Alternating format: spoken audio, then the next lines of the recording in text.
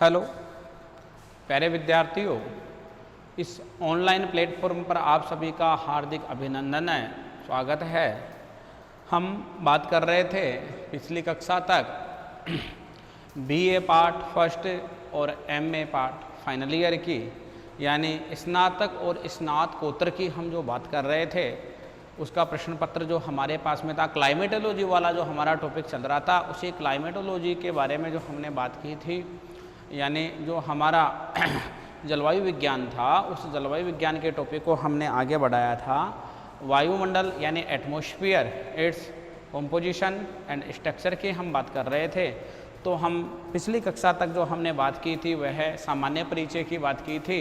आज हम उसी टॉपिक को आगे बढ़ाते हैं और आगे के साथ साथ हम बात करते हैं कि वायुमंडल यानी जो हमारी क्लाइमेटोलॉजी है वह दोनों कक्षाओं के लिए समान उपयोगी है, यानी स्नातक और स्नातकोत्तर दोनों ही कक्षाओं के लिए।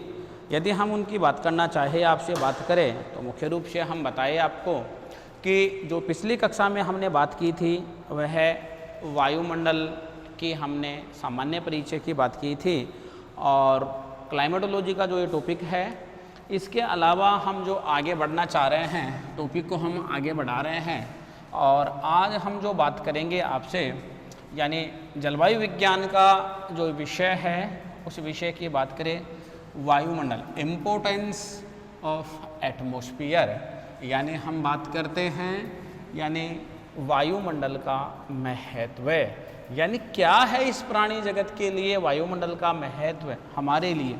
यदि ये वायुमंडल नहीं होता तो क्या प्रभाव पड़ता, यदि आज यह वायुमंडल उपस्थित है तो क्या उपस्थित होने पर जो आज हमारा अस्तित्व है प्राणी जगत का और यानी पादप जगत का, क्या ऐसा अस्तित्व इस पृथ्वी पर नहीं होता। इस प्रकार की जो गतिविधियां जो हमारे पास में आई हैं, इस प्रकार की जो सामान्य सी गतिविधियों की हम बात कर रहे हैं आपसे, इन गतिविधियों के माध्यम से हम आपको बताना चाहेंगे कि पिछली कक्षाओं तक जो हमने जानकारी प्राप्त की थी, उसी जानकारी में हमने सामान्य यानी वायुमंडल का सामान्य परिचय पढ़ा था। जो हमारा जलवायु विज्ञान का टॉपिक है, तो हमारा जो टॉपिक है ना, उधर से तो हम बीए फर्स्ट ईयर की बात करें तो फिजिकल ज्योग्राफी की सेकंड यूनिट है ये, ठीक है ना, क्लाइमेटोलॉजी वाली। और उधर से यदि हम एमए फाइनल की बात करते हैं, स्नातकोत्तर की हम बात करते हैं, तो उधर से इनका 7वें क्रम का पेपर है क्लाइमेटोलॉजी एंड ओशनोग्राफी, ठीक है। तो हम इसी कॉमन टॉपिक जो दोनों के लिए अति महत्वपूर्ण टॉपिक है उसकी हम बात कर रहे हैं। इससे पहले जो हमारा जलवायु विज्ञान है, मैं आपसे बात कर रहा हूँ, जो हमारा जलवायु विज्ञान है, यदि मैं इस जलवायु विज्ञान की आप लोगों से बात करूं कि यह जलवायु विज्ञान, यह जलवायु विज्ञान किस प्रकार से उपयोगी है, किस प्रकार से हम क्यों इसका अध्ययन कर रहे हैं, क्या हमारा ऐसा कारण है जिसके पीछे हम अध्ययन करने का हमारा मूलभूत रीजन है। तो मैं आपसे बात करूं इसी क्लाइमेटोलॉजी की, जो क्लाइमेटोलॉजी के बारे में हम जानकारी प्राप्त कर रहे हैं, वही जानकारी का हमने इससे पहले वाला जो टॉपिक था उसमें हमने वायुमंडल की बात की थी। तो हमने जो वायुमंडल का जो सामान्य परिचय था, यानी जो वायुमंडल का जो सामान्य परिचय था, यानी हम बात कर रहे हैं सामान्य परिचय की। तो जो सामान्य परिचय हमने पिछली कक्षा के ऑनलाइन जो वीडियोज में हमने आप लोगों तक उपलब्ध करवाया है, उसी क्रम को मैं आज आगे बढ़ाने जा रहा हूँ। हम बात की थी सामान्य परिचय, तो हम सामान्य परिचय में किसकी बात कर रहे हैं, हम वायुमंडल की बात कर रहे हैं। किसकी बात कर रहे हैं, हम आपसे वायुमंडल की बात कर रहे हैं।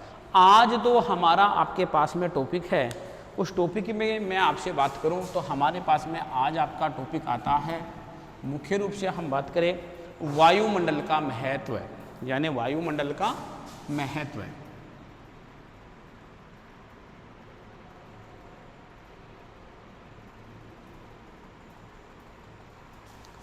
वायुमंडल का महत्व है। हम बात कर रहे हैं किसकी? वायुमंडल के महत्व की। इंपोर्टेंस ऑफ एटमॉस्फेयर, यानी इंपोर्टेंस ऑफ एटमॉस्फेयर है।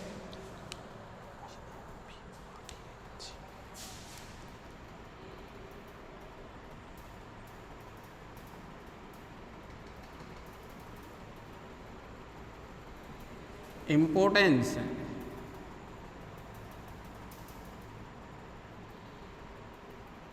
ऑफ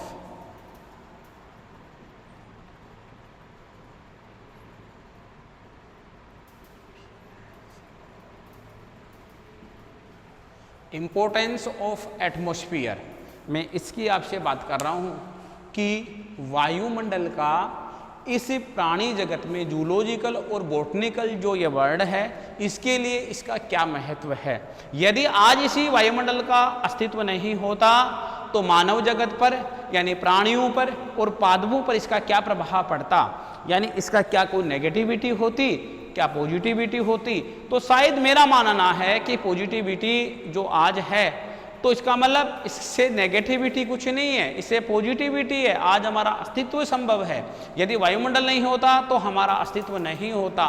तो वायुमंडल हमारे लिए अति महत्वपूर्ण एक कारकुन में साबित है। तो हम ये कह सकते हैं कि जो हमारे पास में जो वायुमंडल का महत्व है, हम वायुमंडल के महत्व को किसी भी सिरे से नहीं नकार सकते हैं। ऐसा कोई हमारे पास में फैक्ट नहीं है कि जिस आधार पर हम किसको नकार सके, हम वायुमंडल के उस महत्व को हम नकार सके, चाहे प्राणी जगत हो चाहे पादप जगत हो। मैं आपसे दोनों ही जगत की बात कर रहा हूँ। इन दोनों ही जगत में जो ये इम्पोर्टेंस है, ये जो महत्व है, ये मुख्य रूप से हम बात करें दोनों के लिए समान उपयोगी है। तो हम कॉन्सेप्ट के माध्यम से, हम संकल्पना के माध्यम से प्रत्येक फैक्ट के बारे में हम फोकस करते हुए हम आगे बढ़ेंगे। हम इनके तथ्यों के बारे में हम बात करेंगे। यानी धरातल पर, देखो हम फैक्ट की बात कर रहे हैं, धरातल पर धरातल पर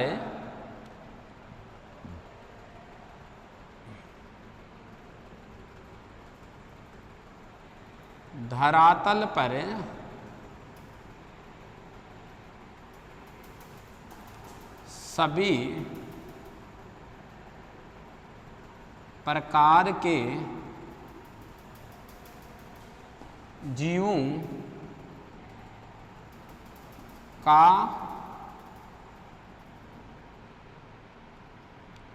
अस्तित्व है। यानी किस पर, हम किसकी बात करें? धरातल पर। धरातल पर सभी प्रकार के जीवों का, क्या?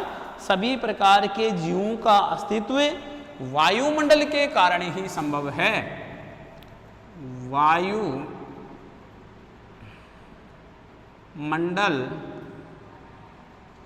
के कारण ही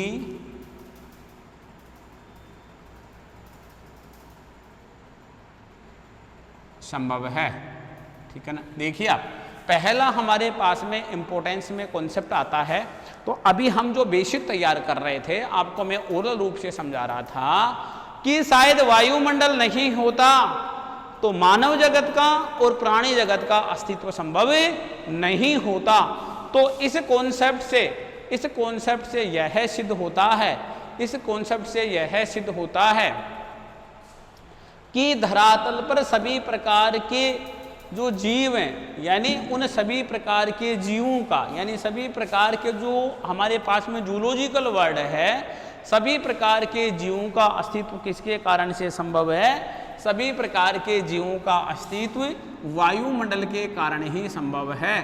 यदि यह वायुमंडल नहीं होता, यदि यह वायुमंडल नहीं होता तो न तो यानी जीवों का अस्तित्व होता और न पादप जगत का, वनस्पति का अस्तित्व होता।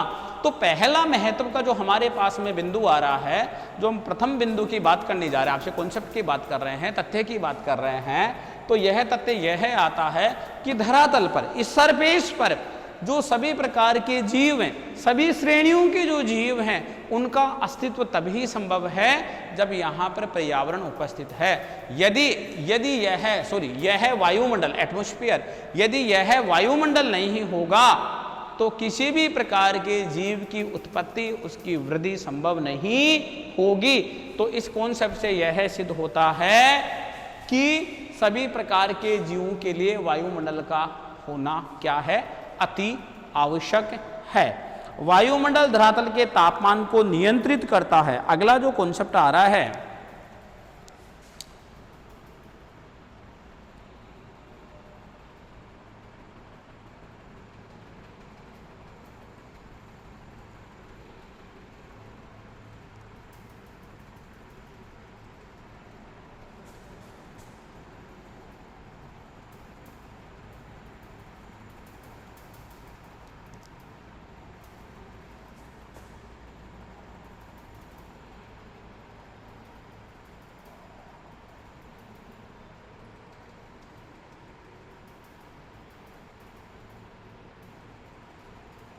क्या आ रहा है, वायुमंडल धरातल के तापमान को क्या करता है, कंट्रोल करने का कार्य करता है। क्या करता है, नियंत्रित करने का कार्य करता है।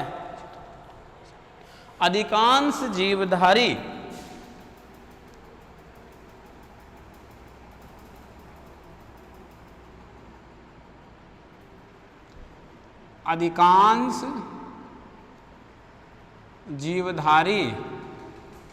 अधिकांश जीवधारी जो पृथ्वी पर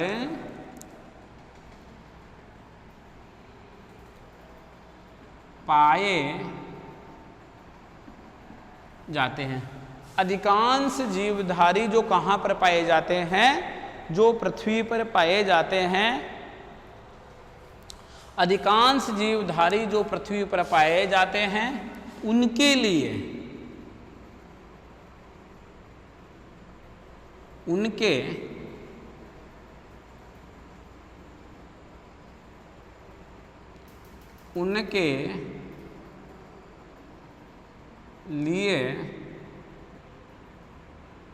न अधिक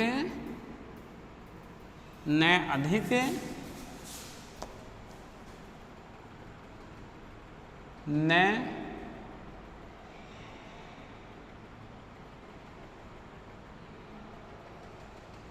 बहुत कम, न अधिक न बहुत कम, यानी वह उनके लिए न अधिक और न बहुत कम तापमान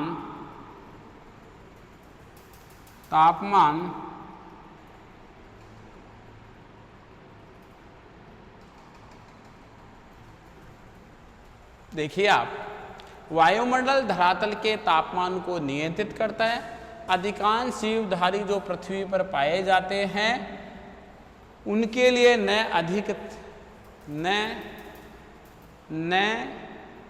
अधिक और न कम तापमान, न बहुत कम तापमान उपयोगी है। ठीक है ना। देखिए, दोनों ही चीज़ें को मैं बात कर रहा हूँ। मैं बहुत कम की भी बात कर रहा हूँ और मैं बहुत ज़्यादा की भी बात कर रहा हूँ, यानी मैं बहुत कम की भी बात कर रहा हूँ और मैं बहुत ज़्यादा की भी बात कर रहा हूँ। देखिए यहाँ पर, यदि आवश्यकता से ज़्यादा तापमान न अधिक, यानी आवश्यकता से ज़्यादा तापमान होगा तो भी जीवधारी उसमें जीवित नहीं रह पाएंगे। यदि आवश्यकता से ज़्यादा होगा तो भी जीवधारी उसमें जीवित नहीं रह पाएंगे, और आवश्यकता से बहुत कम होगा तो भी जीवधारी उसमें क्या होंगे, जीवित नहीं रह पाएंगे।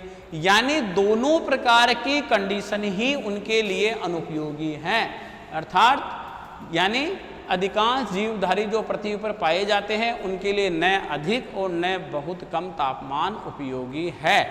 यानी उपयोगी न तो बहुत अधिक तापमान है, अधिक का मतलब जैसे 100 डिग्री के आसपास में, 90 डिग्री के आसपास में चला जाए, और ऐसा बहुत कम का मीन्स माइनस में चला जाए टेम्परेचर, इसका मतलब फ्रीजिंग बिंदु के भी नीचे चला जाए टेम्परेचर, तो वो दोनों ही कंडीशन टेम्परेचर की, बहुत अधिक लो की और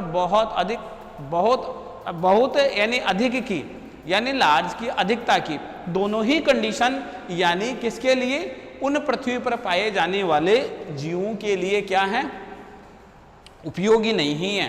अर्थात वायुमंडल धरातल के तापमान को कंट्रोल करता है। वायुमंडल क्या करता है, धरातल के तापमान को क्या करता है, कंट्रोल करता। जो हमारा एटमॉस्फेयर है, यह एटमॉस्फेयर धरातल के टेम्परेचर को क्या करेगा, धरातल के टेम्परेचर को कंट्रोल करने का यानी नियंत्रित करने का कार्य करता है। वायुमंडल के कारण ही वायुमंडल के कारण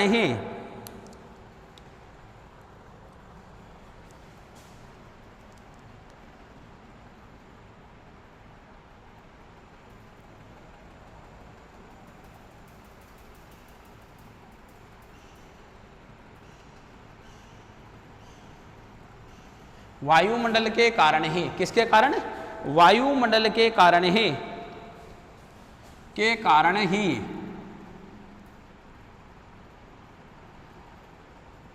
पृथ्वी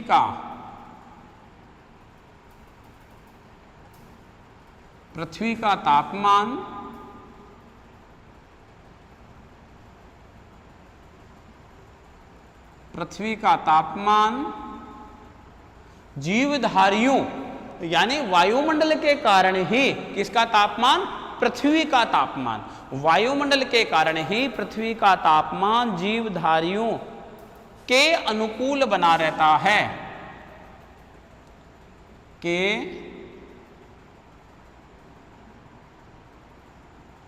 अनुकूल बना रहता है। देखिए, वायुमंडल के कारण ही पृथ्वी का तापमान जीवधारियों के लिए अनुकूल बना रहता है। आप ऊपर वाले इस जो तथ्य आया है उसको आप देखो, वाच करिए कि वायुमंडल धरातल के तापमान को नियंत्रित करता है। कौन करता है, एटमॉस्फेयर करता है।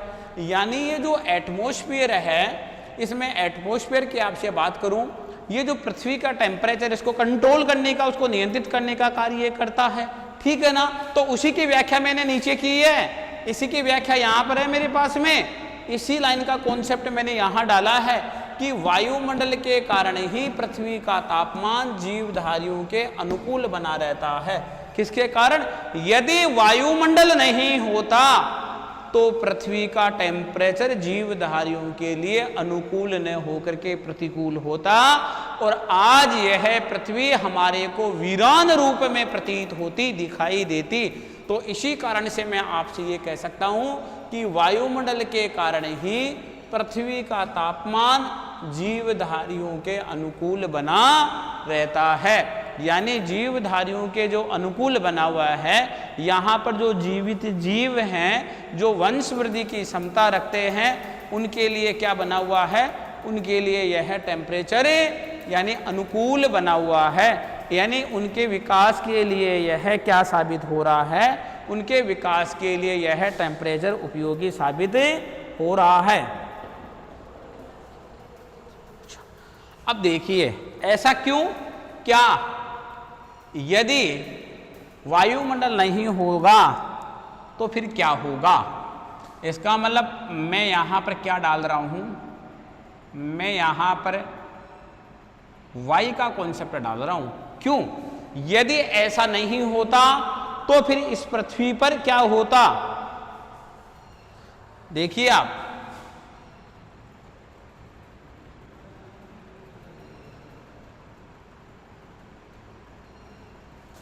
वायुमंडल के अभाव में, वायुमंडल के अभाव में क्या, वायुमंडल के अभाव में, अभाव किसका है, वायुमंडल के अभाव में दिन के समय तापमान अत्यधिक, वायुमंडल के अभाव में दिन के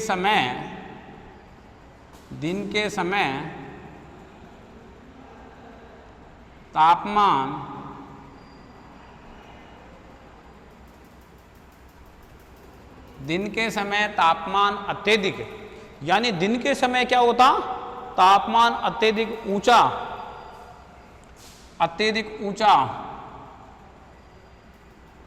ठीक है, अर्थात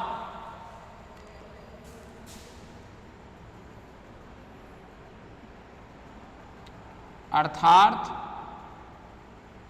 100 डिग्री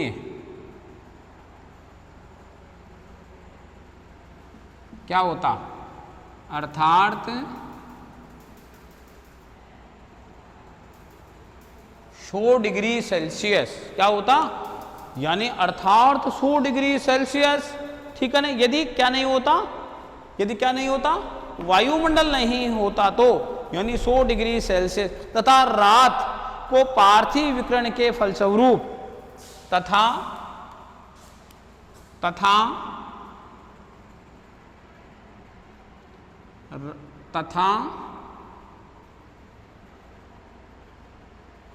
रात को पार्थिव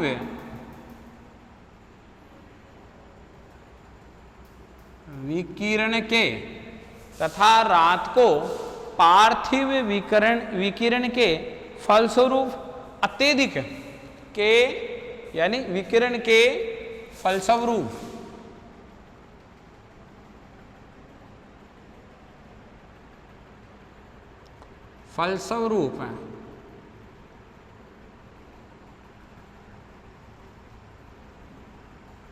अत्यधिक नीचा, अर्थात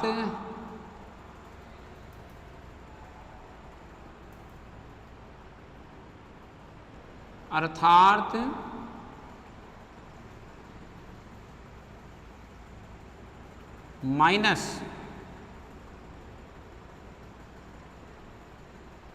100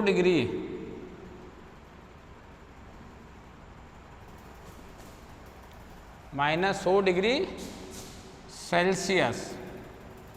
देखिए, वायुमंडल के नहीं होने के कारण से रात और दिन का टेम्परेचर क्या हो जाता, यानी 100 डिग्री सेल्सियस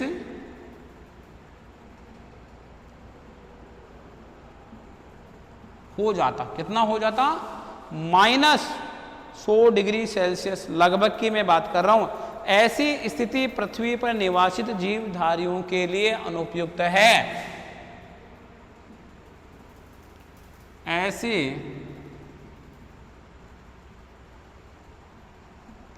स्थिति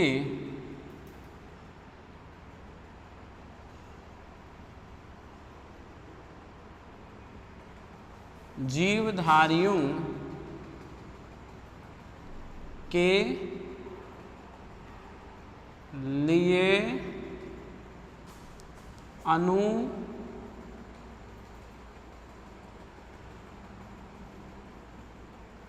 अनुपयुक्त है। देखिए, मैं अप्रोक्स की बात कर रहा हूं, ये यहाँ पर है, मैं लगभग की बात कर रहा हूं आपसे, ये लगभग है यहाँ पर, ठीक है ना, ध्यान रख लेना आप।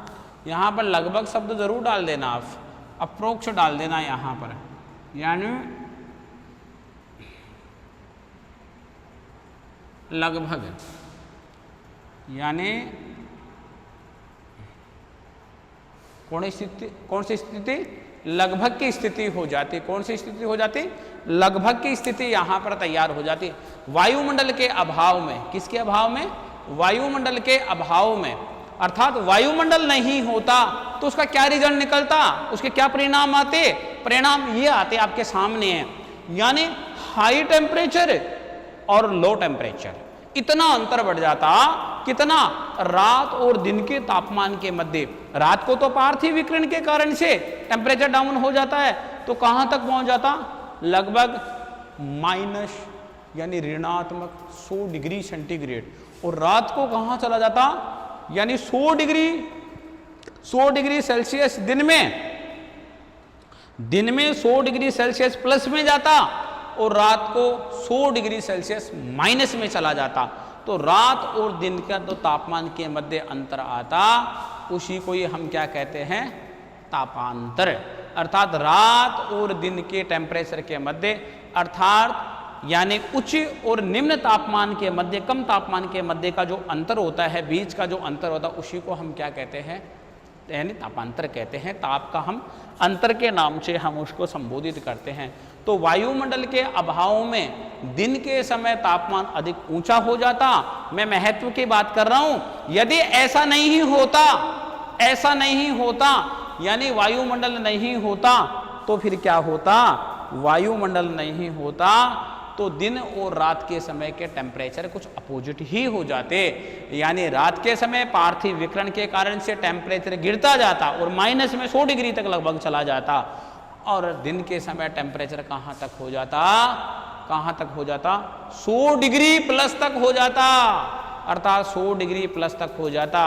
यानी ये ऐसा इतना अधिक और इतना कम टेम्परेचर इसलिए नहीं है क्योंकि क्या उपस्थित है, वायुमंडल उपस्थित है। तो वायुमंडल उपस्थित होने के कारण से इस प्रकार की स्थिति नहीं बन पा रही है, जो स्थिति मैंने बोर्ड पर आपके सामने क्या है, लिखी है। वायुमंडल में अगला फैक्ट, वायुमंडल में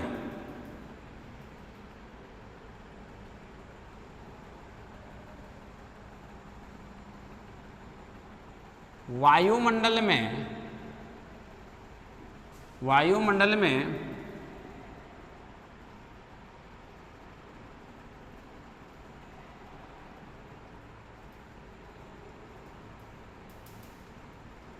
प्रतिरोधात्मक, क्या, वायुमंडल में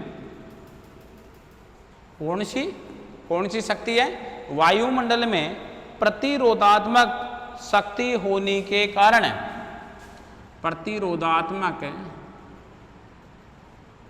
शक्ति होने के कारण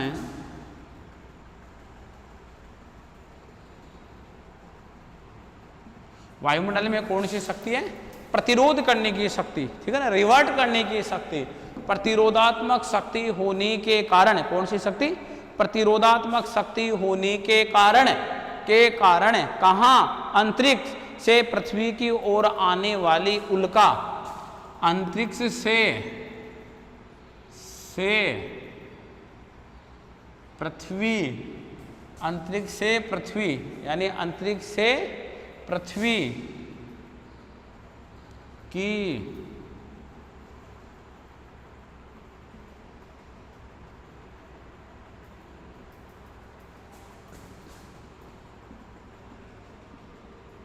यानी अंतरिक्ष से किस ओर आ रही है, अंतरिक्ष से पृथ्वी की ओर आने वाली, क्या, अंतरिक्ष से पृथ्वी की ओर आने वाली क्या, उल्का। यानी पृथ्वी से अंतरिक्ष की, जो अंतरिक्ष से पृथ्वी की ओर आने वाली क्या है, जो उल्काएं हैं, क्या है, उल्का आदि आकाशीय पिंड धरातल पर, उल्का आदि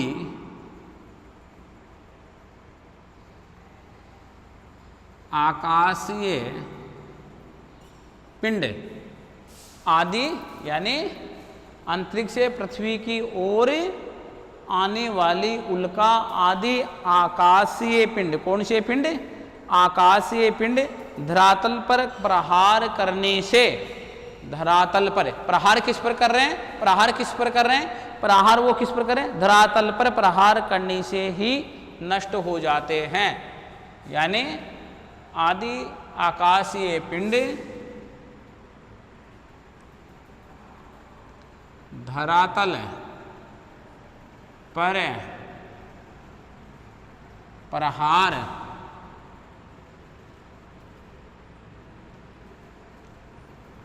करने से पहले ही नष्ट हो जाते हैं। देखिए आप, वायुमंडल में प्रतिरोधात्मक शक्ति है